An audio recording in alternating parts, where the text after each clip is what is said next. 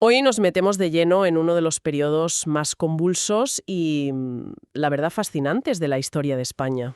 Totalmente. Queremos entender cómo se gestó la Tercera Guerra Carlista. Tenemos sobre la mesa varios textos de historia contemporánea que analizan a fondo el sexenio revolucionario y el reinado de Amadeo I. Un reinado cortísimo. Cortísimo, sí. La misión es clara: analizar esos años, desde el 68 hasta el 72, para descubrir cómo la caída de una reina y el caos que vino después crearon, pues, el caldo de cultivo perfecto para otra guerra civil. Es que es la clave. El conflicto no sale de la nada, ¿sabes? Es la factura que deja un país que lleva 4 años sin saber quién es, a dónde va ni quién manda. Claro. No es una guerra que estalle de un día para otro. Es la fiebre de un cuerpo político que ya estaba muy enfermo. Y creo que hoy podemos analizar esos síntomas uno a uno. Pues venga, empecemos por el principio, por esa revolución de 1868 que tiene un nombre que suena casi a película: la Gloriosa. Suena muy épico, sí. Se derroca a la reina Isabel II, se la manda al exilio y se lanza un grito que es toda una declaración de intenciones: abajo lo existente. Uf, qué frase. Es que suena a querer demoler el edificio entero, ¿no? No solo a cambiar los muebles de sitio. Y esa es la clave, para entenderlo todo.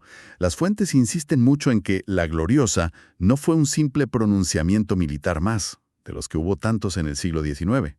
No, esto fue otra cosa. Fue una transformación cualitativa. Los revolucionarios, que eran una mezcla de progresistas, unionistas, demócratas, no querían solo un nuevo rey, querían un nuevo país. El problema es que cada uno tenía un plano distinto para ese nuevo edificio. Exacto. Ahí empiezan los problemas. Se forma un gobierno provisional, con figuras de peso como el general Prim o Serrano, y se inicia lo que llamamos el sexenio revolucionario o democrático. Pero, ¿y qué pasa con toda esa gente que había salido a la calle gritando abajo lo existente? Pues que los que dirigen la revolución desde los despachos se asustan de la revolución que viene desde abajo. El clásico miedo a perder el control. Justo. Una de las primeras decisiones del gobierno es disolver las juntas revolucionarias que habían surgido por todo el país. Que eran la base, ¿no? El motor popular. Claro, eran comités locales, a menudo con ideas muy radicales. Al disolverlas, el nuevo poder le estaba diciendo a su propia gente: gracias por el esfuerzo, pero ahora apartaos, que ya nos encargamos nosotros. Un movimiento muy arriesgado.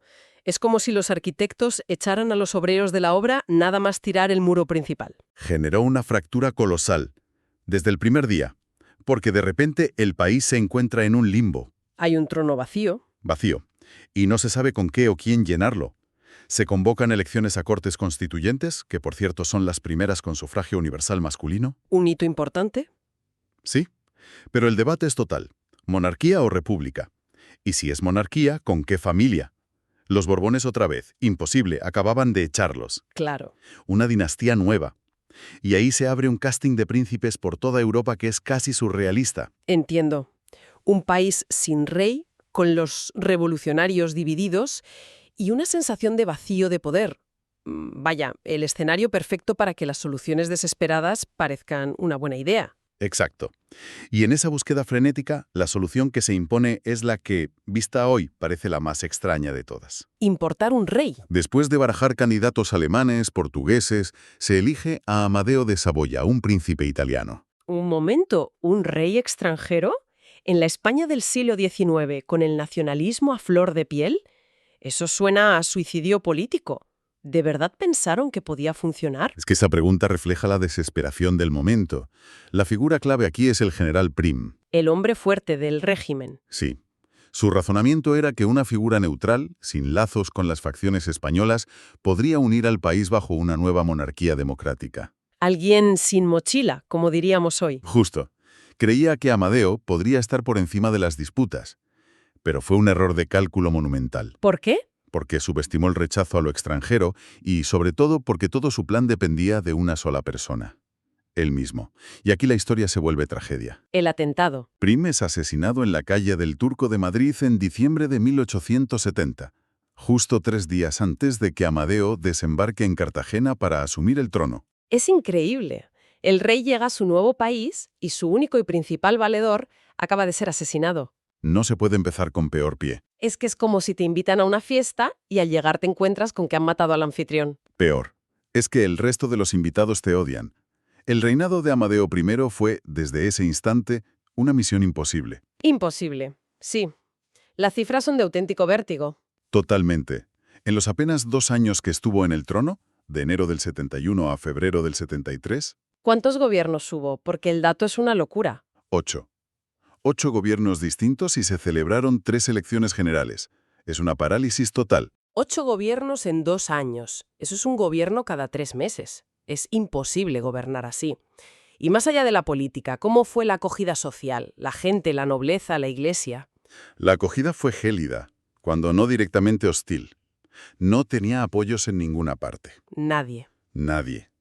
La aristocracia madrileña, muy de los Borbones, le hizo el vacío. Lo llamaban despectivamente el rey intruso. Y la iglesia, claro. La Iglesia Católica nunca lo reconoció, en parte porque su padre, el rey de Italia, había sido el artífice de la unificación italiana, que acabó con los estados pontificios. Ah, claro. Para el clero era el hijo del ladrón del papa. Exacto. Y en la España de esa época, tener a la Iglesia en contra era un golpe casi definitivo. El púlpito era el medio de comunicación más potente. Por supuesto. Y esto conecta directamente con el carlismo, me imagino. Directamente. Porque para muchos católicos que veían con espanto al gobierno liberal y a este rey sin Dios, la opción de don Carlos, el pretendiente carlista, empezó a parecerles la única alternativa coherente. Pero lo más alucinante que he leído en las fuentes es que ni siquiera los que se suponía que debían apoyarle, los partidos del gobierno, lo hacían. Es que eso es lo más increíble. Hay una carta que Amadeo le escribe a su padre que es demoledora. Es un documento extraordinario, sí. Se lamenta amargamente de la deslealtad de sus propios ministros. Hay una frase que lo resume todo, refiriéndose a Zorrilla. Su presidente de gobierno. Sí, dice, Zorrilla me había mentido. Vi que mi ministro, en vez de trabajar para la consolidación de la dinastía, trabajaba, de acuerdo con los republicanos, para su caída. Su propio gobierno conspiraba para derrocarlo. Estaba completamente solo. Ese rechazo se palpaba en la calle, ¿no? No era solo una cosa de palacio. No. Leí sobre un atentado que sufrió. Sí, en julio de 1872, en la calle Arenal de Madrid. Él y su esposa, la reina María Victoria, volvían en coche y fueron tiroteados. Salieron ilesos, pero el impacto debió de ser brutal. Demostraba que su vida corría peligro en el corazón de su propia capital. Y bueno, aparte de eso, era habitual que lo increparan por la calle. El ingenio popular se cebó con él. Lo de Macarroni 1. Exacto. Se estrenó una obra de teatro satírica con ese título, Macarroni 1. Hay que reconocer el ingenio español para los apodos crueles. Pero esto demuestra un rechazo visceral, ¿no? Totalmente. No era una crítica política, era un ataque a su identidad. Le decían, tú no eres de aquí, no te queremos. E incluso a su esposa, María Victoria, la criticaban por ser demasiado piadosa. ¡Qué ironía! En un país supuestamente tan católico. Una ironía tremenda. Vale, tenemos un rey aislado, un gobierno que se desmorona y un país que no lo acepta. En este caos, alguien sacaba tajada. Por supuesto.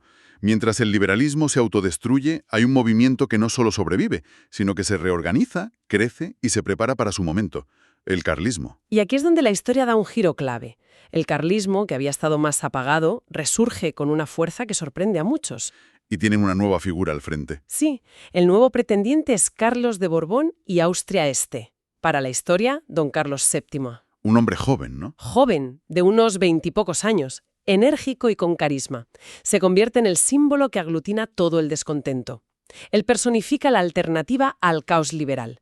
Orden, tradición, monarquía legítima y, sobre todo, religión. El lema de siempre. Dios, patria, fueros, rey. Y lo interesante es que no solo atrae a los carlistas de toda la vida. Muchos antiguos partidarios de Isabel II, los isabelinos, se pasan a sus filas. Por coherencia, desde su punto de vista. Para un católico y monárquico conservador, la situación era intolerable. Un rey extranjero, un gobierno que ataca a la Iglesia, desorden social. Visto así, tiene su lógica. Para ellos el carlismo dejó de ser el enemigo histórico para convertirse en el último bastión de la España tradicional. Y este crecimiento no fue solo una sensación.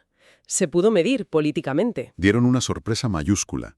En las elecciones de 1871, la Comunión Católico-Monárquica, que era la marca electoral carlista, se convierte en la tercera fuerza del Parlamento. ¿Con cuántos diputados? unos 50. 50 diputados. De repente, los carlistas no solo tienen partidas en el monte, sino también una voz muy potente en el corazón del sistema que querían derribar. 50 diputados es una barbaridad, pero lo que más me ha llamado la atención de las fuentes es el otro campo de batalla que ganaron, el de los medios de comunicación. Las cifras son increíbles.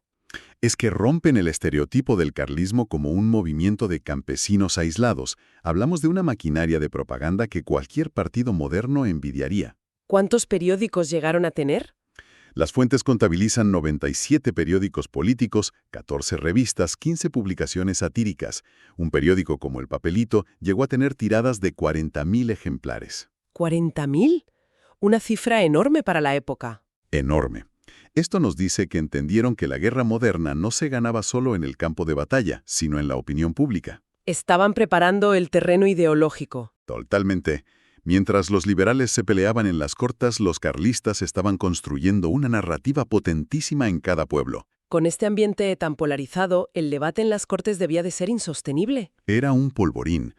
La tensión llegó a tal punto que en una sesión del 72, ante las noticias de los primeros levantamientos carlistas, gran parte de la Cámara se puso en pie, gritando un lema que hiela la sangre. «Muerte a los carlistas». ¿El diálogo político había muerto? Muerto. Solo quedaba la confrontación. ¿Y qué hace Amadeo ante todo esto? Pues hace lo único sensato que podía hacer, marcharse. El 10 de febrero de 1873 firma su abdicación. Hay un párrafo en su discurso que lo dice todo. Sí, cuando dice, si fueran extranjeros los enemigos de su dicha, sería el primero en combatirlos, pero todos los que agravan y perpetúan los males de la nación son españoles. Les está diciendo, este país es ingobernable, arreglaos entre vosotros. Básicamente. Al día siguiente abandonó España para no volver jamás. Y con el rey fuera, se proclama la Primera República. Pero para entonces la guerra ya era casi un hecho, ¿no? Don Carlos no esperó a que Amadeo abdicara. No, en absoluto. Él vio el colapso del régimen de Amadeo como la oportunidad de oro. Ya en la primavera de 1872, casi un año antes de la abdicación, decide pasar a las armas. El 21 de abril de 1872. Esa es la fecha. Da la orden formal de sublevación a todos sus partidarios. ¿Y cómo fue ese primer intento? Fue un tanto precipitado y desorganizado. El gobierno logró sofocarlo con relativa rapidez en el País Vasco y Navarra. Y entonces se firma el Convenio de Amorebieta. Exacto. Algunos líderes carlistas sobre el terreno firman un acuerdo de paz que ofreció un indulto a cambio de entregar las armas. Parecía una oportunidad para evitar la guerra. ¿Por qué no funcionó? Porque don Carlos, desde Francia, lo rechazó de plano. Se enfureció. Consideró a los que firmaron como traidores y los destituyó. No quería pactos. Quería la victoria total. No había espacio para la negociación. Su orden fue continuar la lucha a toda costa. Y tras ese primer fracaso, el levantamiento se reinicia. Se reinicia a finales de 1872, pero esta vez de forma mucho más seria y organizada. Ya no son alzamientos espontáneos, son partidas guerrilleras bien preparadas. Y aquí es cuando empiezan a surgir algunas de las figuras más legendarias de esa guerra, ¿verdad? Efectivamente.